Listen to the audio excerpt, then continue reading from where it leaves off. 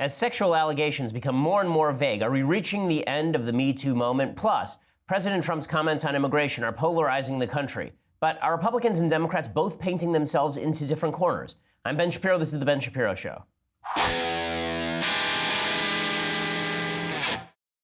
So I have a lot to get to today. Apparently, writing The Handmaid's Tale is not enough to get you off the hook with the feminists. You actually have to be a full-fledged crazy person in order to earn the love of the feminist movement. We'll talk about that in just a second. First, I want to say thank you to our sponsors over at Dollar Shave Club. So you have heard me talk before of the amazing shave that I get using my Dollar Shave Club razor. I use it right here under my jawline because in Judaism you have to use an electric razor above that. But the razor is just fantastic. And I use their Dr. Carver's shave butter as well. I'm here to tell you that my membership will remain no matter what because I'm adding DSC products to my daily routine. They make products for your hair, your face, your skin, your shower, everything you need. They have me looking, smelling incredible. Just ask my wife.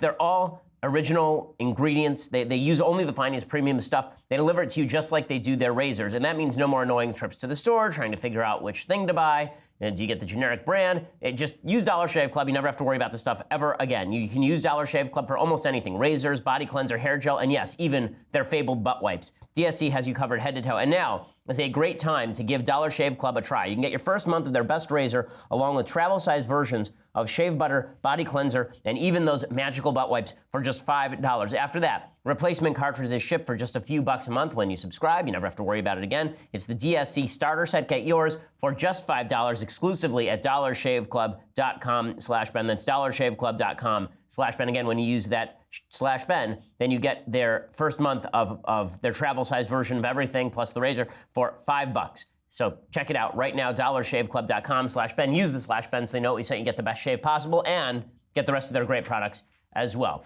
And I'll say butt wipes one more time just because it's hilarious. Okay, so now let's begin with the collapse of the Me Too movement. So the Me Too movement is going to continue because it should, okay? Nobody is in favor of rape or sexual assault. I have yet to see all the people out there marching in the streets in defense of Harvey Weinstein, which demonstrates once again that the idea that we live in a rape culture that is fine with rape is, I would say, wildly overstated. What we are concerned with and what we should be concerned with is this feeling that more and more people are now being dragged into a dragnet of exaggeration and awkwardness and uncomfortableness. The idea being that if a woman is uncomfortable or awkward about sex and afterwards she feels bad about it because maybe she shouldn't have been there in the first place, then we are supposed to believe that she was raped or wronged in some way. Now, I believe she was wronged by her, right? If you put yourself in a bad situation and then you go forward with something without any indicator to the person that you are having sex with, that you don't want to do this and then you feel bad later, you have been wrong by you, okay? That is your fault. Okay, and I know that it's not victim blaming because you're not the victim, except you're your own victim, okay? If you say to a guy, I'm gonna come back to your apartment, I'm gonna have sex with you, you go through the whole thing, and then the next morning you feel bad because it was awkward, or it turns out the guy was a jerk, and halfway through the sex you felt like you didn't like it, but you didn't let him know that, you didn't say, no, get off of me, you just went forward with it because it was too awkward to say no. You at that point are your own victim, you're not his victim, and blaming him for that situation is no more right than blaming anybody for something for which they are not responsible. If you don't get, the guy can't read minds.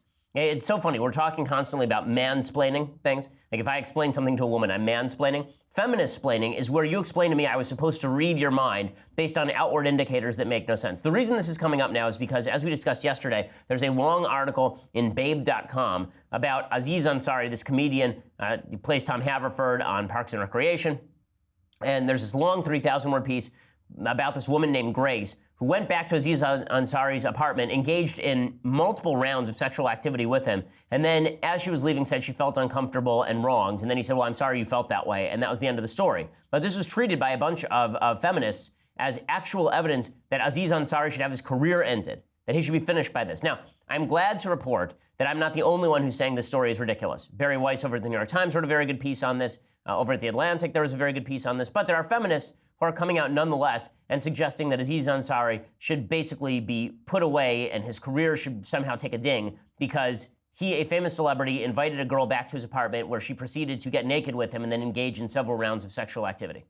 Okay, this is insipid. What's particularly insipid about this is it actually undermines the foundations of feminism itself. The entire idea of feminism is that women have sexual agency, right? That women are supposed to be able to make their own choices. But now we're learning that a lot of feminists think that women should not be able to make their own choices, that men should be able to make the choice for the woman saying, well, you know what, I don't think it's in your best interest to have sex with me right now. So it's not just on men as to whether women have sex, it's on men as to whether women have a good sexual experience all the way through beginning to end, which leads to bizarre stories like this one. So there's a new app, I'm not kidding, it's called Legal Fling. Okay, this is from Daily Wire, Emily Zanotti reporting. Worried your consensual one-night stand will turn into a rape allegation because you didn't get proper verbal and written consent from your sexual partner? Well, now there's an app for that. The new program, Legal Fling, claims to provide couples who hook up on the fly with an easy way to avoid being later accused of taking advantage of one another. An app that couples can use to create a legally binding contract saying that both of them consent to their casual union. See, we used to have something like this called a marriage contract. It actually came along with obligations, where you actually were supposed to do things for one another beyond getting your rocks off. But now, we have to have legal consent forms for you to have a one-night stand. After downloading Legal Fling, you can send requests to potential partners, who then have the option of checking off certain boxes, like use a condom, photo and video, and BDSM. How convenient. And I mean, does this say love? I mean, it says love to me. I know that when I'm thinking romance, nothing says romance to me like a legal app, like an actual form that you fill out with boxes to check. Every time I decide to get romantic with my wife, this is what I do. I walk in the room, I drop a quick contract, because I'm a lawyer, and then I say, please sign on and date on the dotted line and initial at these particular paragraphs if you're into this. It works great. She loves it. And if you later decide you want to revoke your consent, you grab your phone and electronically end the hookup. You can also, according to the app's website, use the app to write notes about your experience. All of these notes and contracts are then maintained securely and privately using blockchain. The app's creators believe they are solving the problem of consent issues, but Legal Fling still hasn't passed either Apple or Google's approval process. It's also questionable as to whether the contracts are in fact legally binding. They are not, of course, because according to the left, consent is a continuous issue, meaning that in the middle of the sex, if the woman says, I'm done, then the consent has been ended. So unless you grab the app in the middle of the actual coitus, then you are going to presumably be accused of violating the woman's consent, even if she signed the contract beforehand. Now, what's funny is that the left used to recognize how prudish and silly all of this was. Right? There's a show called New Girl with, what's the name of the woman who stars in New Girl? Zooey Deschanel. Thank you, Zooey Deschanel, who's famous for her bangs. And she was, and the show, the first couple seasons was actually pretty funny. And there's one episode of the show, which is a flashback to Zoe's prom night when she is looking forward to having sex for the first time. Because this is America, where this is now the big thing, is that on your prom night, you're supposed to have sex for the first time. Not on your wedding night, on your prom night, with some rando from high school who has pimples and is ugly. That's typically how prom night is supposed to go. Very exciting here in America, where traditional sexual mores have been thrown away. In any case, this is a very funny scene in which Zooey Deschanel basically is with a guy, and it demonstrates the disconnect between what feminists think they want out of sexual experiences and what they actually want out of sexual experiences. Because Zooey Deschanel's character on the show is a feminist. She is a single woman who's living with a bunch of dudes in an apartment, but this is a flashback to her prom night, and it demonstrates the stupidity of apps like Legal Fling. Gotta take off your dress. Do I have your permission? Yep. Yep. I can't find the zipper. Oh, there is no zipper. I made this dress and my mom sewed me in. Maybe I could try, abdominal area here. Is that okay? Do I have permission? Yes, you have my permission. Unwind the... Maybe, because maybe you could just rip it. I just want to make sure you're feeling safe. No. I feel like so safe and like I've never felt like more safe. Well, do I have your permission? Just be a man and rip it off.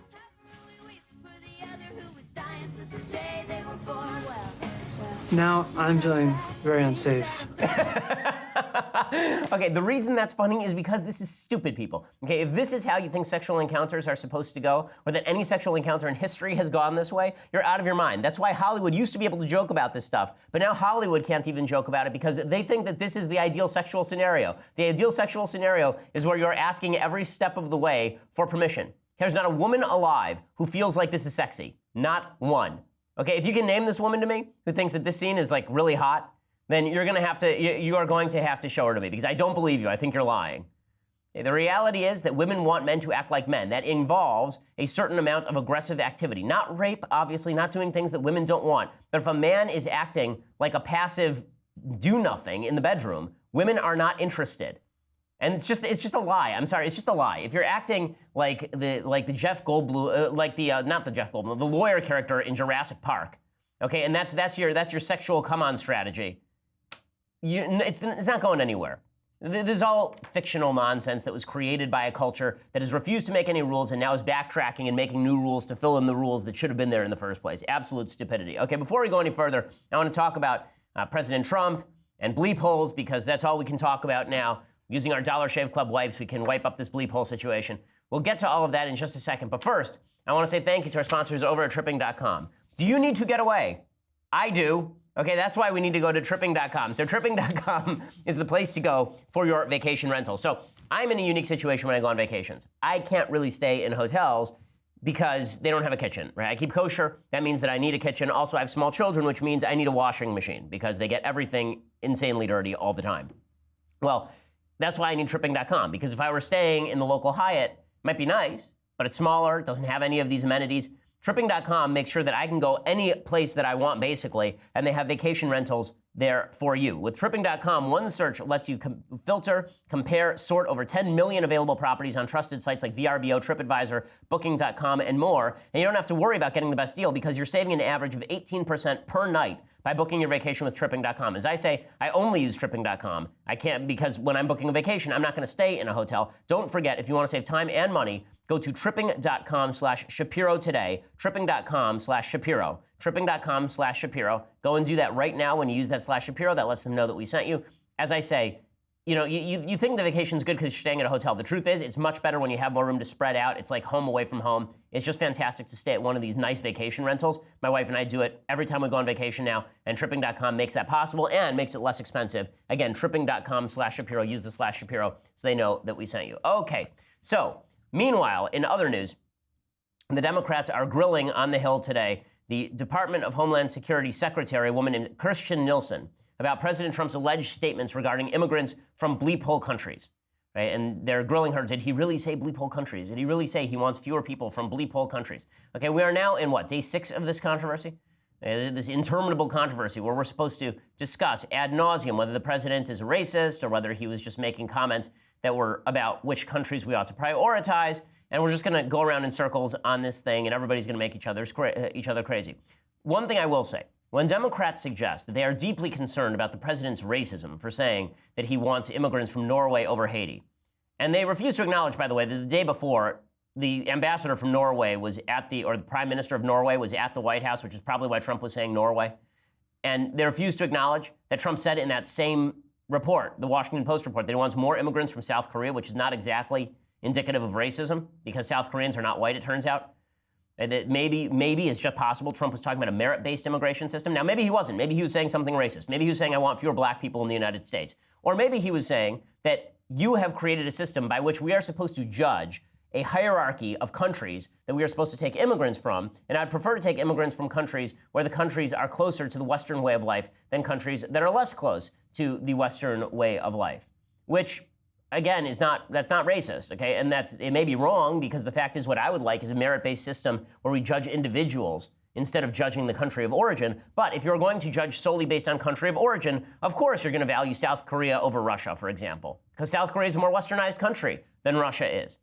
Okay, I've used Russia as the example because there are a lot of Russian immigrants to the United States who do really well. I mean, my great-grandparents were Russian immigrants to the United States, but Russia is also a place that's governed in a very different way, has a different culture and a different language, right? In South Korea, everybody virtually knows English. It's taught in schools, I believe, and South Koreans come to the United States and have a history of doing incredibly well here. So is it wrong to talk about prioritization of countries if we are going to talk about prioritization of countries? And here's how you know the Democrats are fibbing about all of this. So Chuck Schumer was on CBS's Late Show last night, because we have to have our comedy shows be replete with politics. And here is what he said. He said, Trump's comments over and over and over again can be described as nothing but racist and obnoxious. He says he's not a racist. Well, I have a challenge for Donald Trump. Okay, actions speak louder than words. If you want to begin, just begin that long road back to proving you're not a racist, you're not bigoted, support the bipartisan compromise that 3 Republicans and 3 Democrats have put on the floor, everyone gave, and get the dreamers safety here in America. That's what he should do. In other words, embrace the policy that Chuck Schumer likes, and that's how you can prove that you're not a racist. And that's what I was saying yesterday, is that it seems to me that a lot of what Democrats are doing here is using the racism club in order to beat Trump into a corner on policy. And there's a certain irony to this, right? Chuck Schumer is saying that Trump is a racist for saying that people from certain countries are going to assimilate better than people from other countries, or that we should prioritize certain countries over other countries, and that's racist, right? But Chuck Schumer is proposing a legal regime that prioritizes certain countries over other countries. If Chuck Schumer really wanted us not to judge people based on their place of origin, he should be in favor of getting rid of the diversity visa lottery. He should be in favor of getting rid of country-based, origin-based immigration systems. He should be in favor of an individual merit-based system, which I am told President Trump wants. And President Trump says that he wants. So if we were really all on the same page, and we were all anti-racism or anti-bigotry or anti-discrimination based on birthplace, then we'd have a system that didn't take into account birthplace, wouldn't we? We'd have a system that looked purely at whether somebody ought to come into the United States or not on an individual level. But Democrats don't want that. And that's how you can prove that what they're talking about, this deep caring about Trump's a racist, Trump's not a racist, it's all a lie. They don't care about that. They want their policy priorities. If they really cared about racism and immigration, they would be trying to wipe out any semblance of country of origin being the adjudicative factor when it comes to immigration itself. But I think that there's something else going on here, too. And I think the Democrats are painting themselves into a corner. So I think they're doing this on shutdown talk. So right now, there's talk of a government shutdown. So Republicans obviously control Congress. President Trump, the immigration deal is basically dead. It's going to be unlikely that there's any sort of immigration deal cut with Democrats. Democrats have no interest in giving Trump any sort of win here. But you could have a government shutdown if the Democrats do not go forward with the Republican budget. Now, I highly doubt that Democrats will do that. I think Democrats will probably go forward with the budget. Trump will sign into law some big budget just like he did last year with very few cuts attached. It won't include border funding. It'll basically be a clean government funding program the same way it was last year, because I don't think that Trump actually has the intestinal fortitude to have a government shutdown fight with Democrats over border wall funding. I think he should, but I don't think he will. All that said, Democrats have painted themselves into a bit of a corner. Like Claire McCaskill says, welcome to our world. We've got people running for president all trying to find their base, and then you've got people from Trump states that are trying to continue to legislate that we always have by negotiation, and never the twain shall meet. In other words, she is saying that there's not a lot of interest in actually coming to an agreement here, but nobody also wants to be blamed for an actual government shutdown. So there's a lot of hubbub. Obviously, a lot of the senators are fighting with one another, but the chances that we shut down the government over all of this, I think, are incredibly low. There's another way, though, in which Democrats are painting themselves into a corner, and here is how. Hillary Clinton got herself in all sorts of trouble. Hillary Clinton lost the election in large part on the basis of suggesting that the vast majority of Americans, or at least a large swath of Americans, were deplorables, racists, bigots, alt-righters, right? That anyone who supported Trump was a member of this group, that anybody who was sanguine about Trump as president was ignoring his bigotry in order to vote for him, right? That all of these people had to believe that bigotry and racism didn't matter, making them racists and bigots. And there are a lot of people who felt like, you know what, Hillary's a jerk, I'm going to vote against her just because she disdains ordinary Americans. Democrats are verging on that. When they say that Trump is a racist, they're not just saying Trump is a racist usually. Okay, what Democrats are usually saying is that all the things that Trump has done are racist, right? This is the Chuck Schumer point, that if you want to prove you're not a racist, you have to agree with me. But there are a lot of people who don't agree with Chuck Schumer and who are not racist, right? I don't agree with Chuck Schumer. I'm not a racist. Okay, I don't agree with Chuck Schumer. And in fact, I think Chuck Schumer's policies with regard to immigration are kind of bigoted, because he wants to benefit certain countries over other countries as opposed to using a merit-based system.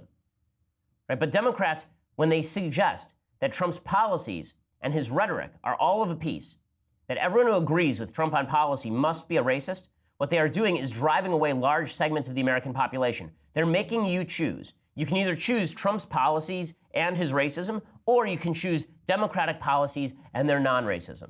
Well, what if I neglect to make that choice? What if I say I like a lot of Trump's policies, but I don't like a lot of the things Trump says? Well, Democrats say I'm not allowed to make that choice. They've created this false dichotomy, this false binary. And I'm now supposed to fall into that trap. The problem is that alienates voters, right? If you're a Democrat and you're saying that, you should think twice about saying that. You should think twice about saying that Trump is a racist, not just because it's questionable as to whether Trump is actually a Richard Spencer type racist, but also because if you're going to say Trump is a racist, you need to say his comments are what make him a racist, not his policies. But Democrats aren't doing that. They're just saying that Trump is a racist bully, and the implication, and I think that all Trump voters are reading into that. I think a lot of people who are not even Trump voters, I didn't vote for Trump, and I'm reading into that. I think what they're reading, that when people say Trump is a racist, what they're really saying is anyone who agrees with his immigration policy is a racist. Right? That they're using Trump as a proxy for anyone who agrees with Trump policies. So when Elizabeth Warren says Trump is a racist bully, she's actually, I think, painting Democrats into a dangerous corner, ripping the American population by proxy. Donald Trump is a racist bully, and we know how to deal with bullies. We do not back down. We do not shut up. We fight back.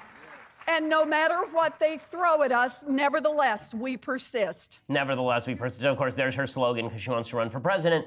Okay, again, the idea that Elizabeth Warren is going to lead the fight against bigotry after using false Native American heritage, allegedly, to gain her job at Harvard Law School is beyond insane. She's not the only person Democrats are trotting out. Again, if you're going to go out and call Trump a racist, you have to use non-racist to call Trump a racist. You can't trot out Al Sharpton. Okay, they tried out Al Sharpton, a guy who is legitimately responsible for at least helping to incite riots in Crown Heights in 1991 against Orthodox Jews, and then again against Freddie's Fashion Mart in New York City that ended with the burning down of the store and the death of many people who are minorities. Al Sharpton is one of the worst racists of the last 35 years, and here's Al Sharpton ripping Trump as a racist. You don't have to spray paint the N-word over the Oval Office and sleep with a KKK hood to be a racist. If you have racist policies, say racist things, operate in a racist manner, you are a racist. Period. End of story. Okay, so it's that part where he says racist policies that's fascinating, right? When he says racist policies, that's the part where Democrats are going to lose everybody. If they just said Trump's a bad character, I think a lot of people agree. If they said Trump might be borderline racist in terms of his statements, I think a lot of people would probably agree, or at least give Democrats the benefit of the doubt. When they say you must agree with us or you are a racist just like Trump, you're going to lose the entire population. And now they're trotting out celebrities to make this case. So in just a second, I'm going to explain to you which celebrities are actually making this case. Apparently, it's everybody in the NBA, essentially. And they're not being coy about this. They don't just believe that Trump is a racist. They believe that anyone who agrees with Donald Trump on policy is a racist. The Democrats, I think this is such a major political mistake they're making right now. So let's start here with LeBron James. So LeBron, who, again, I don't know why one of the best power forwards in the history of the NBA has amazing things to say on matters of immigration. I wasn't aware that penetrating the paint has anything to do with making border policy. But in any case, here's LeBron James saying that Trump has given racism an opportunity to be out. Again, what he's really saying here is that because of Donald Trump, everybody in Donald Trump's base, they're secret racist, but now they're coming out. The guy in control has given people in racism, negative racism, an opportunity to be out and outspoken without fear. And that's the fearful thing for us. Because it's with you and it's around every day, but he's allowed people to come out and just feel confident about doing negative things. Okay, so this idea that Trump has emboldened racists, what he is really suggesting, listen, I said this during the campaign when he was actively appealing to the alt-right, is that Trump should have done more to tamp down racism. But what LeBron is actually saying here, LeBron James, when he says that Trump has given racism an opportunity to be out of the closet, and then he says, I like when he says negative racism as opposed to presumably positive racism. The idea that racism begins and ends with Donald Trump, I think, is an exaggeration. Now, what LeBron says is not all that awful. I think that you can make the case that Trump did that during the campaign. But what Greg Popovich does really is awful. And this is where he says that Trump can't even prove to me that he's not a racist. There's no way Trump can prove to me he's not a racist other than by presumably agreeing with Greg Popovich, the coach of the San Antonio Spurs. It's insidious, and it's still our national sin that we have to work on. And every time I hear somebody say they're not a racist, they are. Okay, this is the logic of the left. Okay, and Greg Popovich, this is so obnoxious. I like Popovich as a coach, but he should really shut up about politics because this is an obnoxious, ridiculous statement. That if somebody says they're not a racist, every time I hear somebody say they're not a racist, they are. Okay, Greg, I'll say you're a racist. How's that? You're a racist. Now, how do you respond? Presumably you respond by saying, no, I'm not a racist. But according to your logic, this now means you're a racist. So we're now caught in a knights and knaves logic problem, where if the minute somebody's accused of being a racist, there's no way to get out of it, right? Because if you deny that you're a racist, then that means you're a racist. And if you say that you're a racist, then you're obviously a racist. So there's no way to avoid being a racist. As soon as somebody throws the charge racist at you, we're all supposed to run for the hills and just assume that that person is a racist. And then you wonder why Trump won? You wonder why Trump still has a solid base? It's because everyone's attempt to lump together Trump's base with Trump, everyone's attempt to lump Trump's policies together with Trump's rhetoric, everyone's attempt to take Trump's individual statements and then suggest that it is indicative of a broader worldview. I don't know that Trump has a worldview about anything. I'm not even sure that Donald Trump has a worldview about Starburst. There's a story yesterday, by the way, it's pretty great, that staffers at one of the Senate offices were being tasked with going through boxes of Starburst and picking out the pink and red Starburst as a gift to President Trump, which is just astonishing.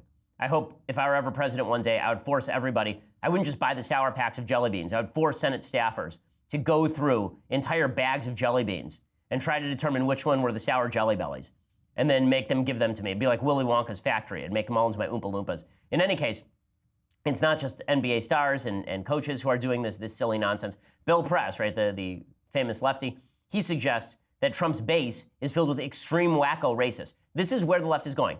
Good luck with this one, gang. Good luck with this one. Remember last week, Stephen Colbert suggested that America was the real bleep hole, right? That all these other countries were not bleep holes. America was a bleep hole because Trump was president. The disdain for Americans who disagree with the left is really coming out now because they're using disdain for Trump as the proxy. And I think that this is what so many Trump supporters and Trump voters are basing their support for Trump on. I think wrongly in some ways, but I think that this is what they're basing their support on, is every time they read an attack on Trump, they read an attack on them. Because every time there's an attack on them, it's an attack on Trump, right? And what Bill Press here says is so indicative of a worldview and mentality that comes from the left that everyone can read into the verbiage, right? Listen to what Bill Press says, and then you'll see that people make the connection between what Bill Press said and what Hillary Clinton said and what Elizabeth Warren is saying today about Trump.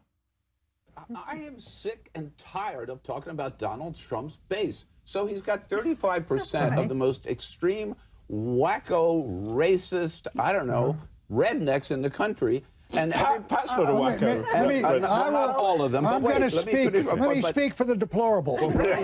Let me speak for the average American. If you will. We have another term for the. But you know, everything is always that. This is fine. He can say whatever he wants because it pleases his base. He can do whatever. He said it best. Yeah. He could go out on Fifth Avenue and shoot somebody, and his base would say, "Good for you, Donald Trump." Well, come on. Let me tell you more than that base. Now, I've said before that I think there is some truth to the idea that Donald Trump's base is too attached to Donald Trump. But I also think that it is true that one of the reasons that they're so attached to Trump is because they see Trump and the slings and arrows that he takes as a proxy for the slings and arrows that they would take if he were not there. That how the left feels about Donald Trump is exactly how the left feels about Donald Trump's base, and they felt that way about Donald Trump's base when Donald Trump wasn't there. This is why I think, I've said this before, I think in many ways 2012 broke the country. I think that the attempt to paint Mitt Romney and his supporters in the same exact way as the left now attempts to paint Donald Trump and his supporters is demonstrative of why Donald Trump won. You can only call people racist, sexist, bigot, homophobes for so long before they finally say, listen, whoever they call a racist, sexist, bigot, homophobe must not be one, and everybody's full of crap. And whoever stands up to that nonsense is going to be the guy that I back. I think it is almost as simple as that. I think that Trump's presidency is a backlash. I think it's a backlash against the entire left, which suggested that everyone on the right was a deplorable, not just when they were voting for Trump, but long before that. I've spent my entire life being called a racist, sexist, bigot, homophobe by the left. I am not any of those things, and my entire career is proof positive that I am not those things. But the left has suggested that anyway, about somebody like me, right, a guy who did not support Trump. But the idea that now they're going to attack Trump, I think this is what's happened. I think that people are making a mistake of logic, but it's an understandable mistake of logic. The mistake of logic that they are making is they are buying into the idea that any attack on Trump is an attack on them. It isn't, but it is true that the leftists' attack on Trump, very often, it is sort of an attack on them. Right? Bill Press's attack on Trump is really not an attack on Trump. It's an attack on everybody on the right. Elizabeth Warren's attacks on Trump are not just an attack on Trump. They're an attack on everyone on the right, including people like me who did not vote for Trump. This is why you see this grand and ridiculous disconnect in the leftist media on how they approach people like me who back Trump's policies, but don't necessarily think Trump is a great president or good for the country in a lot of other ways. Right? The way they approach that is they say, listen, if you really don't like what Trump is saying, you shouldn't support any of his policies, which suggests to me an ulterior motive. You're painting yourselves into a corner. Democrats, you want to keep doing this? You want to keep on with the deplorable stuff? All you have to do is keep saying Trump is a racist and that his base is racist for supporting his policies, not just his rhetoric. Okay, in just a second, I want to discuss how I think Republicans on the other side are actually painting themselves into a corner as well. I think everybody is painting themselves into a corner because they're using Trump as the prism for politics. But first, you're going to have to go over to dailywire.com and subscribe. So for $9.99 a month, you get a subscription to dailywire.com. That means you get the rest of this show live. You get the rest of the deplorable Michael Knowles show live. You get the rest of Andrew Klavan's show live. When I say Knowles is deplorable, I don't just mean he supports Trump. I mean he's actually a deplorable human being. But you get the rest of his show live. Also, you will get to be part of today, right, later today, Andrew Klavan is going to be doing one of our world-famous conversations today, January 16th, 5 p.m. Eastern, 2 p.m. Pacific. It's our 5th episode of The Conversation featuring Andrew Klavan, moderated by host Alicia Krause. Subscribe today to be part of the conversation. You can ask Drew live questions, which you will answer for everyone to hear. Drew's Conversation streams live on the Daily Wire Facebook page and the Daily Wire YouTube channel. It's free for everyone to watch, but only subscribers can ask the questions. To ask questions as a subscriber, log into our website, dailywire.com, head over to the conversation page, watch the live stream. After that, just start typing into that Daily Wire chat box, and then Alicia will funnel those questions to Drew, and he'll answer them for an entire hour. Once again, subscribe and get your questions answered by Klavan today, 5 p.m. Eastern, 2 p.m. Pacific. Join the conversation. Or if you want the annual subscription, you get all of those things, plus the Leftist Tears hot or cold tumbler. Magnificent. I'm going to wet my whistle with it. I'm revitalized. Just incredible. So check that out for $99 a year, which is cheaper than the monthly subscription.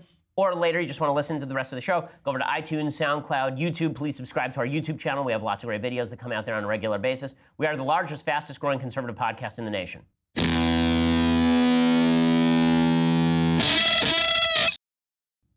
Alrighty, so it's not just Democrats painting themselves into a corner. Because Trump has become the prism through which everyone views politics, I think things have gotten skewed. We're basically living in a funhouse mirror. Right? We're looking at a funhouse mirror, and none of it makes a whole hell of a lot of sense. So Democrats, on the one hand, are seeing in everyone who supports Trump's policy a mirror of Trump, right? Everyone who supports Trump's policies on immigration, for example, all of those people must be the tiny little Trump racist dolls, like these little bobbleheads that have funny hair. That's how the left sees everybody on the right. And the right, meanwhile, sees themselves as forced to defend everything that Trump says because they feel like it's an attack on them. Right? They feel like Trump, if Trump is our shield, then we must be his sword.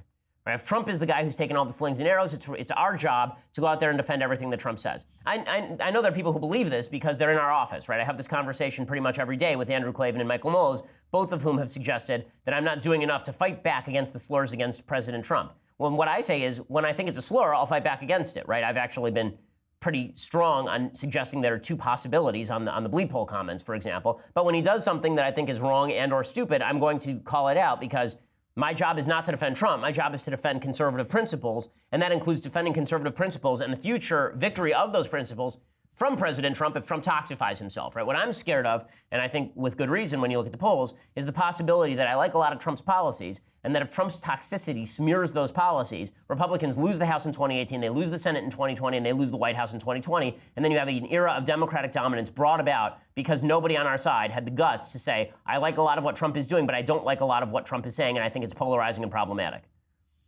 Right? That's I think, the fundamental disconnect here. And this is where I think Republicans are painting themselves into a corner too. So if Democrats have painted themselves into a corner by alienating 40 to 45% of the country by suggesting that if you agree with Trump's policies, then you are therefore a racist, just like Trump's a racist. If that's the Democratic problem, and they've alienated a huge percentage of the population, the problem on the right is that by defending everything Trump says, you're also alienating a huge percentage of the population. What I've said is that Trump deserves and every president deserves the ability of the commentariat to judge each individual action or comment on its own merits. Right? Obviously, we take character into account. Now, I said during the last administration, I thought the Obama administration was a Jew-hating administration, at least in terms of their policies toward Israel. Right? And that's very much like the left suggesting that Trump is a racist. The difference is that if somebody on the right I think is a Jew-hating person, like Pat Buchanan, then I will say so and have said so for many, many years. Right? People on the left won't do that with regard to their own. But with regard to President Trump and labeling him a racist, you can take your view of Trump and his racism and separate that off from a particular policy and determine whether the policy is motivated by animus or whether a lot of people who support the policy are not motivated by animus. That's, I think, my critique for people on the left. It's also my critique for people on the right. Just because Trump says something doesn't mean that we have to defend it. In fact, sometimes it's better for Trump if you're trying to convince him to stop doing these things. If you want Trump to do better, then what you would really like from President Trump is to continue with the policies that you like, but not to have to fight a week-long battle over whether he means that people from Haiti should not be allowed to immigrate to the country because, quote-unquote, all Haitians have AIDS.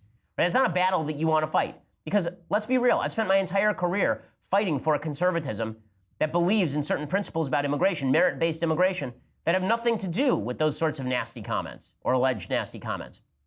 And here's the trap Republicans fall into. They think that every defense of Trump is defense of Trump's policies. It is not. Even Trump doesn't believe that. So Anthony Scaramucci, right, the mooch, he's back on TV and he was grilled by Katie Tur on MSNBC, asked about the bleep hole comments. I think the reason the media likes doing this, by the way, is because the media just enjoys saying bleep hole on television. Let's be true about this. Again, I mentioned last week that that folks in the media had no problem bleeping out President Obama or Joe Biden. There was another instance, by the way, that came to mind. There was a story by Jeffrey Goldberg in The Atlantic talking about Barack Obama's comments about Benjamin Netanyahu, the Prime Minister of Israel, and Obama called Netanyahu in that article a chicken bleep. And it's the exact same bleep as the bleep hole, right? Okay? It's poop, right? It's the S word. They called him a chicken right? That's what he did. Was that reported? Did they report it just by saying, like, if you say that about an ally of the United States, the prime minister of an ally of the United States, that maybe that's newsworthy, so we'll just say it 195 times in a day as CNN did? No, of course not. I think that they just want to drop the idea that Trump is vulgar in a way that Obama is not. I don't think that that's actually true, at least when it comes to the language used. Anyway, the mooch is on MSNBC, and Katie Tur grills him, and you'll see the mooch doesn't have a lot of really good defenses. Okay, for this conversation. According to multiple people, and Lindsey Graham, who's a Republican and on his side a lot, has not denied it. Let's stipulate for this conversation that he said it, so we don't have to argue about whether he said it or not. Okay. I don't know if he said it, but just for this conversation, because I want to make a broader point. If you are in a private conversation in the White House with a group of people that you're trying to get a deal done, and you are prone to New York-style rhetorical flourishes, which unfortunately I also happen to be prone to, why do that to the guy? He's there. But that's neither here nor there. We're both assuming that he said it, as you just said. Okay, why do people from Norway? Why do they have more merit to come here than people from Africa, according to what the president said? Having known the president for a long period of time, I don't really think that's what he meant. I'm not going to interpret what he meant because I don't understand his mind entirely. Okay, so but this is the problem. If Republicans are going to I'll defend Trump, but I don't know his mind. I think Jonah Goldberg got this right. He said that if you're spending all of your time saying, here's what the president meant, the president needs to do better. How's that? How's if I have to explain everything the president is saying, if I have to be the Trump translator, if it's my job to be his magical Star Trek-like translator where suddenly I understand alien languages, then he's not doing his job correctly. And the president, especially for a guy who's supposed to be this grand communicator and great brander, like, shouldn't he know better than this? And when you do this, it allows the Democrats to play this game where they get to label you a racist, particularly if you're a person in a position of prominence or power. And that does alienate, again, another group. So I think there are two groups in America, and they're alienating each other. And the question is, who's alienating more people in the middle? And I think that that's an open question. But here's the thing. One of these things can be solved very easily. And in fact, solving one of these things sort of solves both of these things. If President Trump doesn't make controversial and silly comments, or if he doesn't make comments that could be interpreted as racist, then Republicans don't have to defend him, and Democrats don't have the opportunity to attack him or his base. Right? So in the end, the president shouldn't say this stuff. But the various interpretations by the right to defend everything and by the left to attack him and all of his supporters on policy, both of these things are deeply polarizing. They pre-existed Trump, by the way. I think it happened during the Obama administration, too. The best approach here is what Ben Carson, the Secretary of Housing and Urban Development, had to say. He was asked about what the president said on this, and here's what he said. And I'm a member of this administration, and I don't agree with the president about everything that he said.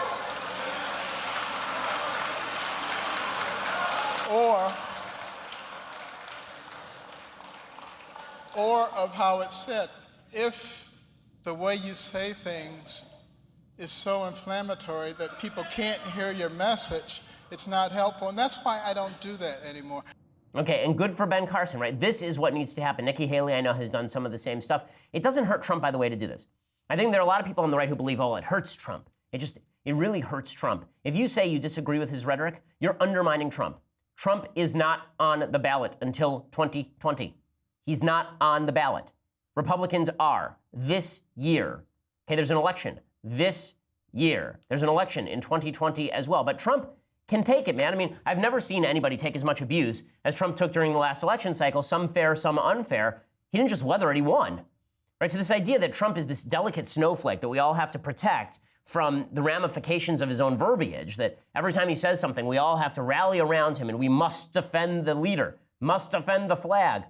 Trump's perfectly capable of defending himself. Right? I mean, this is why he won't get off Twitter, supposedly, is because he's fully capable of protecting himself. And again, do I think this will do any long-term damage to Trump? I think you'd be a fool to believe that these comments will do any long-term damage to Trump. Nothing else has. I mean, they hit him with a brick during the last election.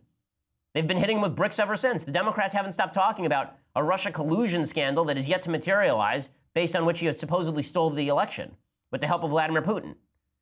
Right? But all of that said, like, the idea that I'll tell you what can't take it. What cannot take it, and what I mean by it is critiques of racism and suggestions that you're bad people.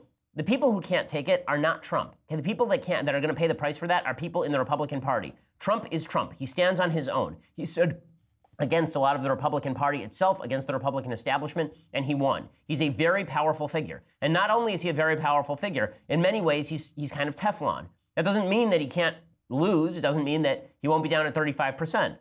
But Trump has a way, as we saw in the last election cycle, of dragging people down in the mud. Here's what I don't understand. You can't have it both ways if you're a big Trump supporter, a MAGA, 4D genius guy. You can't suggest that he's such a genius that he requires my help to help him out of these situations, and also that he dug himself this bleep hole, stuck himself in it, and now requires me to pull him out with a rope.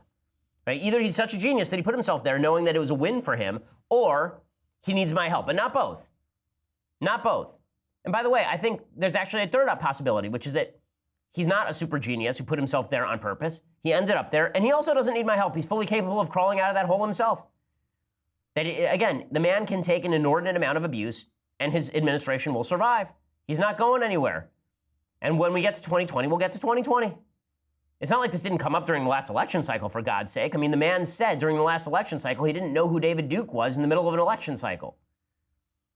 Right? The guy said that a Mexican judge was incapable of judging his fraud case in the middle of the election cycle, and then he won. So the idea that he needs our defense, I don't think is right. But I'll tell you what can't happen. If the entire Republican Party rushes to the defense of bad comments, that does have ramifications not only in the now, but down the line for how young people think of the Republican Party. Like let's put it this way. Who do you feel warmer? Who makes you feel warmer toward the Republican Party? The Mooch or Ben Carson in those two contrasting clips? What makes you feel warmer toward the Republican brand, toward conservatism? The Mooch or Ben Carson? I think it's a good Rorschach test.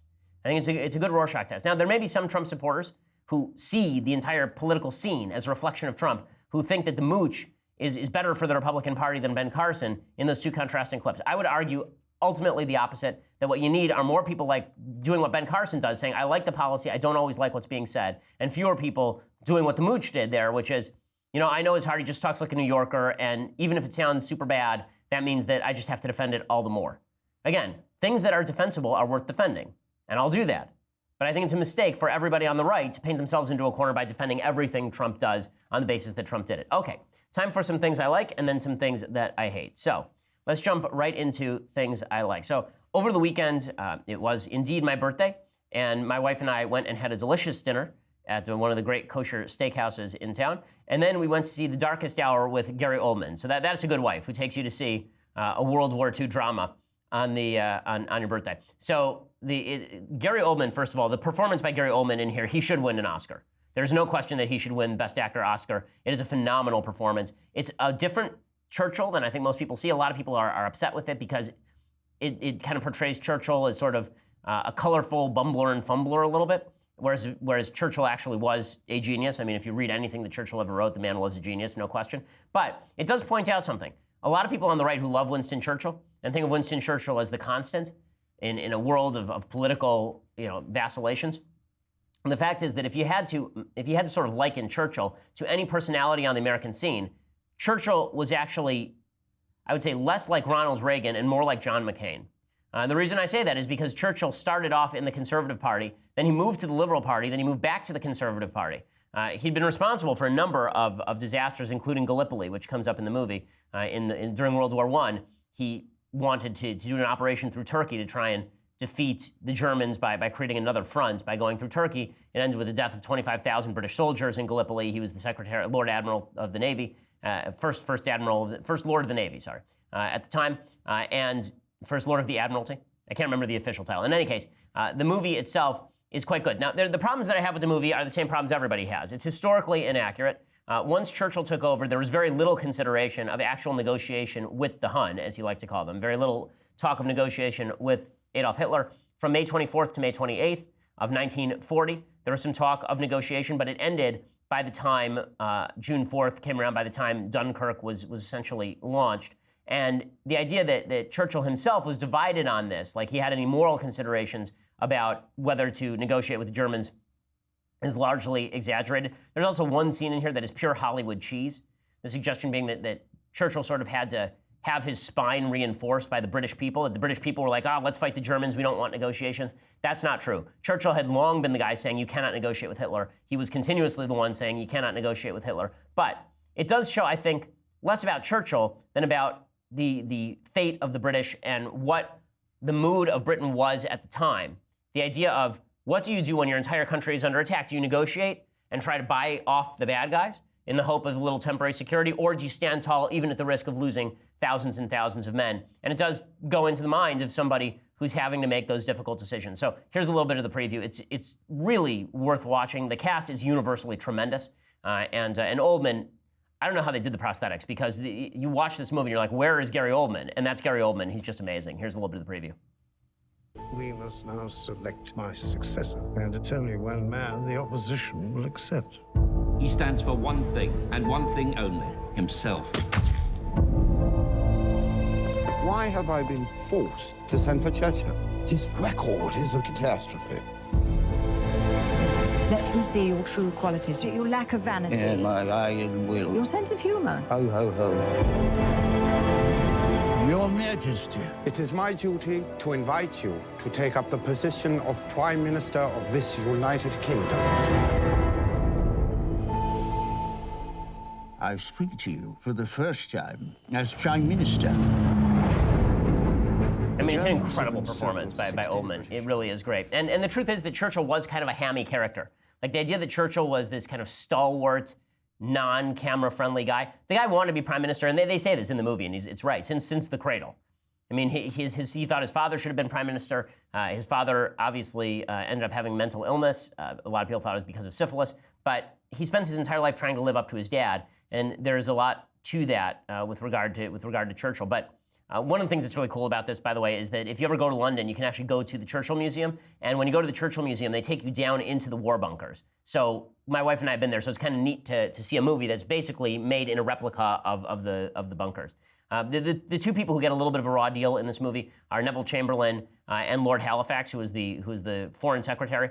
But the main points, I think, are I think it's a very good movie. I do. I know that that's controversial in conservative circles. I think that the movie is quite good. Okay, time for a couple quick things that I hate. Okay, so the first thing that I hate is there's a speech that the Palestinian quasi-dictator Mahmoud Abbas gave. He's a terrorist. He's a Holocaust-denying terrorist who signs checks to other terrorists to murder Jews. Okay, he gave a speech over the weekend in which he ripped into President Trump. He said, "We told Trump we will not accept his project, the deal of the century, which has become the slap of the century, but we will slap back." And then he said, "Shame on you," this is about Trump. He said, "May God demolish your house," about President Trump. So this is Israel's peace partner and the supposed person we're supposed to be signing hundreds of millions of dollars in checks to. He also suggested, quote, "Resistance is our path to force out the occupation from our land. In other words, there will be no peace talks. Instead, it'll just be us committing acts of terror." And then he suggested that anyone who criticized him could go to hell. He said about Nikki Haley, quote, "She threatens to hit people who hurt Israel with the heel of her shoe, and the response to her speech will be harsher." And then he denied that there is any connection between the Jewish people and the land of Israel, which is just historically inaccurate and asinine. Jewish connection to the land of Israel predates Islam, like the foundation of Islam, by a solid 1,500 years. Okay, it's absurd. But he said, quote, "They wanted to bring Jews here from Europe to maintain European interests in the region. They asked Holland, which had the largest navy in the world, to transfer the Jews. Israel's a colonialist project that had nothing to do with the Jews." Okay, these are Israel's peace partners? Okay, don't tell me that Israel is intransigent and won't make concessions to people who refuse to acknowledge any Jewish claim to Israel at all, suggest that Trump's house should basically be destroyed, and then threaten Nikki Haley. Give me a freaking break. The soft bigotry of low expectations is pretty astonishing. Okay, one more thing that I hate. So there's an Iowa lawsuit. The University of Iowa is now caught up in a legal fight because there's a conservative Christian student group that denied a leadership position to a student who's gay. So the university has a policy that bans discrimination based on sexual orientation, and there's a 10-member group called the Business Leaders in Christ, Well, the group says its membership is open to everyone, but leaders must affirm a statement of faith that rejects homosexuality. The university says it respects the rights of students, faculty, and staff to practice religion, but does not tolerate discrimination of any kind, so they're trying to shut down the group. This demonstrates full scale, once again, that the tolerance of the left does not extend to people who do not agree with the left. Imagine if this were a Muslim group and they said, listen, we're not going to allow anybody to take a leadership position in our Muslim group who doesn't profess allegiance to Allah. Do you think that the University of Iowa would shut them down? Say this is discrimination? That this is discrimination based on religion? I highly, highly doubt it. This is anti-Christian discrimination pretty clearly and openly. And if the government rules against the student group and suggests that the university gets to make the rules for the student group on the basis of their anti-discrimination policy, that anti-discrimination policy trumps right to association and freedom of religion, then we really have reached the end of the road for both freedom of association and freedom of religion in the United States. And that seems to be the direction, unfortunately, that everything is moving. All right, well, we'll be back here tomorrow. We'll have a recap of everything that's happening on the Hill, where the Secretary of Homeland Security is being grilled by Democrats about bleep holes, because that's our new world. I'm Ben Shapiro. This is The Ben Shapiro Show. The Ben Shapiro Show is produced by Mathis Glover, executive producer Jeremy Boring, senior producer Jonathan Hay. Our technical producer is Austin Stevens, edited by Alex Zingaro. Audio is mixed by Mike Coromina. Hair and makeup is by Jesua Alvera. The Ben Shapiro Show is a Daily Wire Forward Publishing production. Copyright Forward Publishing 2018.